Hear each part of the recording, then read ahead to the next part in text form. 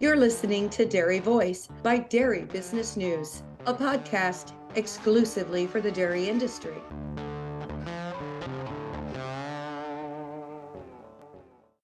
One of our sponsors of the Dairy Voice podcast is National DHIA. NDHIA ensures information accuracy and represents their members' interests. They are the direct voice for the dairy information industry. To find out more, go to dhia.org. When your goal is to help animals reach their full potential, health matters. Diamond V offers a fresh perspective on animal health, a perspective that supports gut health, strengthens immunity, and ultimately enhances performance. For those who choose to invest in keeping healthy animals healthy, feeding Diamond V makes a statement about another dimension of profit, where margins are measured by confidence in your future. To get a fresh perspective, visit diamondv.com, because animal health deserves a healthier approach. Good morning, good afternoon, good evening, wherever you are in your day. Welcome to the Dairy Voice podcast by Dairy Business News. I'm your host, Connie Kuber, with Sealpro Silage Barrier Films by Harner Agriscience. We've got lots of information coming right up, so please subscribe to this podcast so you won't miss an episode. Well, here in California, where I'm at, the weather has been really nice. Chilly mornings, warm afternoons, pleasant evenings. But the weather around the country has been very different. This winter, some places have had not much snow, sometimes lots of snow.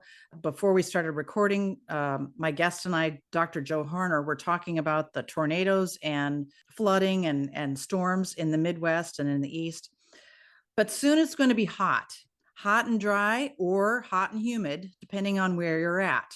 So my question is, are you and your cows ready? My guest today, Dr. Joe Harner, has some suggestions on how to get ready for summer's heat and how to make those cows as comfortable as possible. And for our listeners who don't come from a dairy background, and I know there are a few out there, it is important to note that yes, in the industry, we have specialists in keeping cows cool and comfortable. And my guest today has been involved in developing the science behind these concepts. So Dr. Joe Harner is internationally recognized for his engineering knowledge and innovative ideas in designing dairy and beef facilities. He has been involved with dairy facility projects in 36 states and more than 25 countries around the world. He was part of the Kansas State dairy team that conducted field studies evaluating the effectiveness of heat abatement strategies on operational dairies. Through the efforts of this team, he has helped co-author articles and has spoken to dairy industry groups about heat abatement strategies. He is an emeritus professor of Kansas State University and currently owns J.P. Harner Consulting, focusing on data-driven dairy design. Dr. Harner was elected ASABE Fellow in 2016 and inducted into the Rural Builders Hall of Fame in 2018. He is currently serving on the planning committees of the Western Dairy Management and High Plains Dairy Conferences, which are well attended by dairymen in the West and in the South. Welcome, Joe, to the Dairy Voice podcast. Thank you, Connie. It's a privilege to be here today. Well, thank you for being here. You're talking to us today from Manhattan, Kansas. Is that correct? That is correct. Kansas State University for 40 years and recently retired, but we chose to remain in the community and be part of the college campus life. If you raise calves, you know you can't prevent stress, but you can give your calves the boost they need to rise above challenging conditions. Nurture Boost is a uniquely formulated feed additive that supports calf lung health and enhances overall immunity to elevate your calves' ability to withstand stress. Boost your calves for better performance at boostyourcalves.com. Football games, basketball, baseball, all of the arts and events associated with a major university. Well, that's great. Purple runs in your veins, huh? Yes, ma'am. Okay. All right. We have lots of purple. In fact, yeah, I bet. Half my closet is purple. We're coming up on the summer. How do increasing temperatures impact the dairy industry as we go along here? Summer is really already upon us in many parts of the country right now. We're seeing temperatures in the 70s, 80s, 90 degrees. I'm going to use English units today rather than metric. Really, a dairy cow begins to experience heat stress at about 68 degrees. So when we think of humans, we think 68 degrees is fairly nice temperature. However, the dairy cow is trying to dissipate heat through her body. Most humans do not become uncomfortable until about 80 degrees. So if we base our decisions based on how we're feeling, then we'll miss an opportunity to implement some of the heat abatement strategies that are out there for our dairy industry.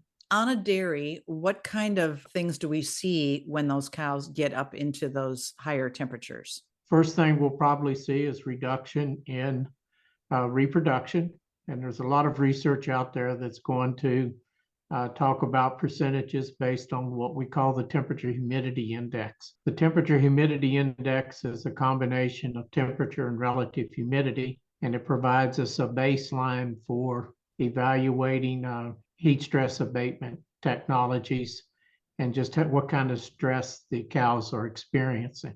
We're going to see cows reduce feed intake. We will see them probably increase in water intake. The thing that most producers will note is that we'll see a reduction in milk production. For example, at our university dairy during the summertime, certain summers without heat abatement, we could see a 20 to 30% milk production loss.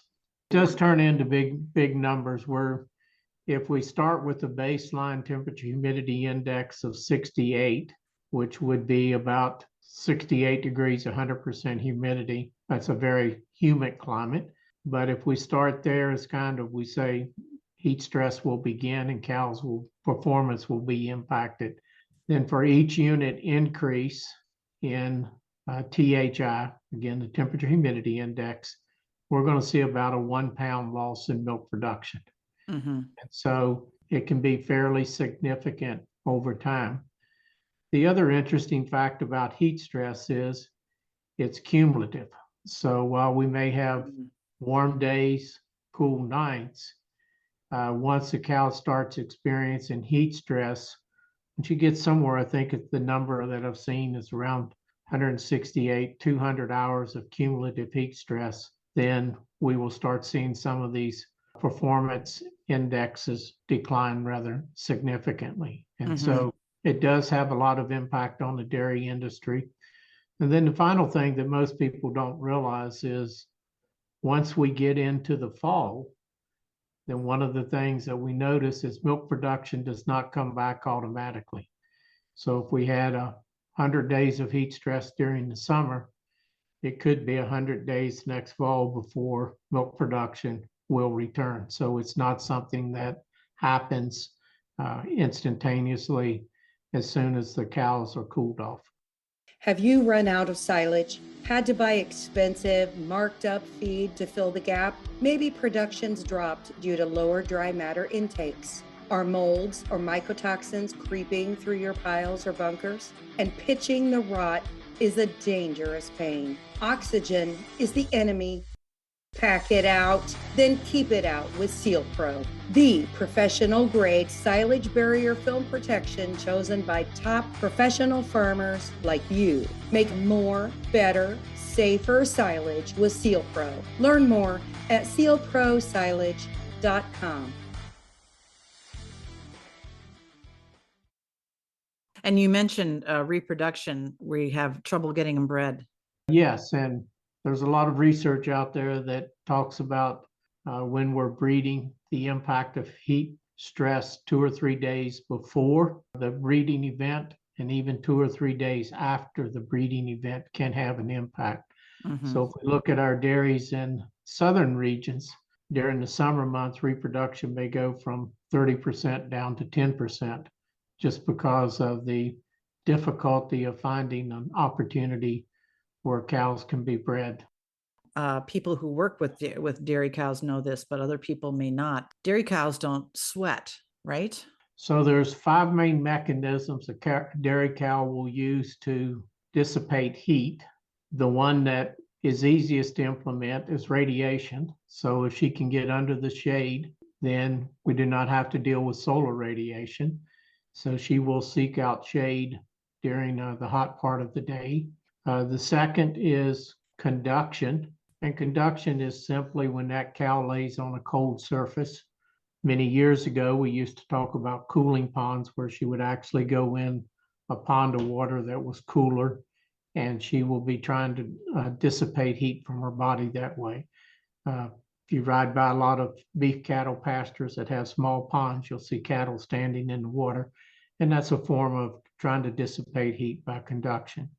Convection is air movement. We like to have air, wind. We know that we can increase wind velocity. We help some. Her main method, though, of getting rid of heat is going to be panting. So when you see an animal pant, she's actually trying to dissipate heat. She can do about 25% of her heat production she can dissipate. And then finally, if we can kind of put water on the cow's back, evaporate it, then we can do evaporative cooling, which is tends to be the most effective way. So once the temperatures reach above 68, the cows transition from conduction and convection cooling to evaporative cooling, either through panting or through heat removal from their body. Okay, so you had talked about humidity. What role does humidity play in cows having heat stress issues? And in the West, we have a dry heat. In the South and in the Midwest, we have, or in the East, we have a more humid heat. Are there different strategies that farmers should use in different areas? So that's where the temperature humidity index comes into play. Is in the East, THI of 68 will probably be 68 degrees, 100% humidity, whereas in the West, it might be 75 degrees and 20% humidity. So there are some different strategies out there as to when you might begin to implement your heat abatement strategies. And there's a lot of that types of charts and information that you can obtain from websites, from your allied industry partners, the combination of temperature, humidity, and what it might look like. Tell us more about what the options are for helping dairy cows alleviate this summer heat stress. What can be done in the milking barn, in the parlor, in the holding areas, all those different areas on the dairy? So first, for our listeners, maybe one of the things they have to understand is approximately how much heat this cow's trying to get rid of in a 1 hour time. And the simplest way to think about it is if you lock yourself in the bathroom for 1 hour and turn on a hair dryer, maximum speed, the amount of heat that hair dryer produces in 1 hour is approximately equal to the amount of heat the cow's trying to dissipate in an hour. Okay. So it's fairly substantial heat. The main strategy we're used is to cool the cows themselves. We'll spray water on her back for 1 to 2 minutes. Approximately, we want to apply the equivalent of 1 quart of water per cycle, and then we turn the water off and allow that water to evaporate from her back. And when that water evaporates from her back, then, and that will be through air movement, but as that water evaporates, it extracts heat from her body and cools her down. So based on the temperature, we may apply water 1 minute out of 15. As it gets a little bit warmer, it might be 1 out of 10 minutes. And then when we get up to 85, 90 degrees, we may go to 1 in 5 minutes. So we'll adjust the water cycle, the water application rate based on the temperature. It's a combination of both air movement as well as water is what is the main mechanism we're using to cool the cows. And I would assume that these systems are automatic and with temperature reading and can be adjusted automatically. Is that right? Or is that something we do manually? No, most of them will be adjusted automatically. Sure. For example, talking to a colleague in Florida this morning, and their feedline soaker systems are already coming on. Mm-hmm. And in fact, they were on all night because the temperatures did not drop below 70 degrees. And so many parts of the country already are experiencing some forms of heat stress. So the producers typically will have a controller. It's important to make sure that the controller is calibrated, which is one of those things you can do right now in many parts of the country in order to make sure the controller is calibrated to both temperature and humidity. Sure. To maximize the benefits of the system. As we're cooling these cows, are there any groups that we really prefer to cool than others? I would assume fresh cows are number one on the list. Actually, we want to cool all of the cows. Well, sure. We try not to distinguish between groups. Maybe it's a little bit easier to start on the back end, the low end. First lactation animals, heifers, tend to be able to tolerate heat a little bit better than second, third, fourth, fifth, or sixth lactation animals. Yeah, I guess that's what I meant to ask you was, are there cows that are going to need this more than others? Yeah, and so second lactation, third lactation will need it more than first lactation animals. Mm-hmm. Surprisingly, dry cows, and there's been some excellent research looking at dry cows, cooling dry cows, both during what we consider the far off and the close-up periods. We can add 6 to 8 pounds of milk if we cool these cows during dry periods. And the reason that is important, we have heavier birth weight calves. Calves are healthier. The cow is experiencing enough stress while she's carrying that calf that heat is just another stressor in her life. So if we can eliminate it, she starts off in a much better position. Fresh cows are 150 days or less would be the next group. And if we did not have the water or the systems in place, then it would probably be those cows in the late lactation. But as soon as they dry off, we would want to cool. I can't imagine that there's many dairies that don't have a heat abatement program. But when you're designing a dairy, what kind of considerations do you have in heat abatement? So the approach to design right now that I'm using is we're looking at 10 years of weather data. So we want to know temperature, humidity. We want to know how many hours a year we're in certain ranges so that we can develop a recommendation for the system. For example, in California, where you mentioned a dry heat, we might be able to cool the air using evaporative cooler, high pressure spray mist, where people would see this as sometimes you'll see street side cafes like in Arizona or some of the drier climates, and that's actually cooling the air rather than creating a pleasant environment for the customers. And we can cool the air in some of the drier climates for the dairy cows, and we don't have to use as much water to soak her back. So it's kind of a location dependent in terms of how we do a design. And then one of the big factors anymore is what's the water availability. So we may have to make adjustments based on water availability, but it could take anywhere from 20 to 30 gallons of cow a day to keep her cool and comfortable. But that water has to be available for us to implement those strategies. Are there any new technologies or new thoughts that are being developed in the dairy industry to deal with this heat? We mentioned water. There's a lot of opportunities right now with, there's 3 companies out there that are making a soaker system. The traditional way is the soaker system just comes on. So we would place it at the feed line and in the holding pen, and the system, particularly at the feed line, comes on whether cows are present there or not. No, cows only eat about 5 hours a day. So there's a high percentage of the day when cows may not be present at the feed line. And so there are, from an engineering world, there are sensors now that sense cows' presence at the feed line, and the soakers only come on when the cows are present. So far, that research, I think, or the data that I've seen, we're talking approximately a 60% water savings. It's pretty expensive technology, but in some parts of the country, disposal of water is very expensive as well. So there's opportunities there.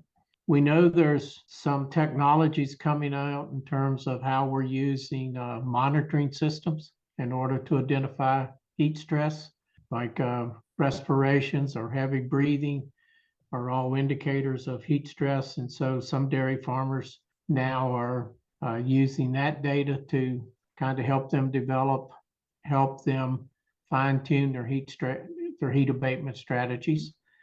So that technology is really coming on. Then the third technology, which is really out of my area, but there's nutritional things that are becoming available in order to maybe help the ruminant produce less heat during heat stress. I know we're talking about cows, but on the human side, what do we need to be watching for our employees and family members as far as heat goes in the summer? I think we have to follow all of the recommendations provided by the medical industry in terms of addressing heat stress, period. We do have to recognize that the dairy cow, as we mentioned earlier, will begin to experience heat stress much more quickly. But for our employees, we cannot forget them, particularly in some of the systems where we have open lots and they may be out in the solar radiation. So, you start with hydration, you start potentially with shade, providing them opportunities to get out of the solar sun as they're moving cows. Great. Is there, we've talked a lot about heat and what we need to be looking for, the temperature and humidity, the indexes that we can use to tell when cows are starting to experience heat stress. We've talked about how we can mitigate that and some of the new things that are coming up with monitoring and timed soakers, some of the nutritional additives. Is there anything that you'd like to add, Joe, that we can? Probably the one thing that we do have to caution our listeners of, a lot of people want to either use water or air. And really for evaporative cooling to work, it takes both air and water. So we put the water on and then we use the air from fans, mechanical ventilation, in order to extract the moisture or the heat from the body. And so if you look at some of the research out there, the best cooling system is going to be a combination of both water and air. Well, thank you for this information today, Joe. And if listeners want to know more, do you have a website or do you have a place where they can go to find out more about heat abatement? Probably I would suggest they go to their allied industry. They have a lot of resources out there. There's some excellent manuals out there that some of the suppliers have developed for their customers on terms of how to address heat abatement, where to buy the components, how to set the system up. K-State does not have a website, so there's probably some out there that are available. For example, University of Florida, University of Wisconsin have excellent dairy websites, as well as University of California there. So I think there's a lot of people out there that have a lot of information and willing to assist if people are interested in doing some things. Just maybe a little bit hard with some supply chain issues right now, for example, getting fans and some other things in for the coming summer. Be patient, don't give up on it, but definitely the economics can be there if done correctly. We've been talking to Dr. Joe Harner of JP Harner Consulting about heat stress and how to make cows more comfortable. So this is Connie Kuber with Sealpro Silage Barrier Film by Conner Agriscience, and you've been listening to the Dairy Voice podcast by Dairy Business News. Thanks for subscribing, liking, and sharing this podcast, and I'll see you again very soon.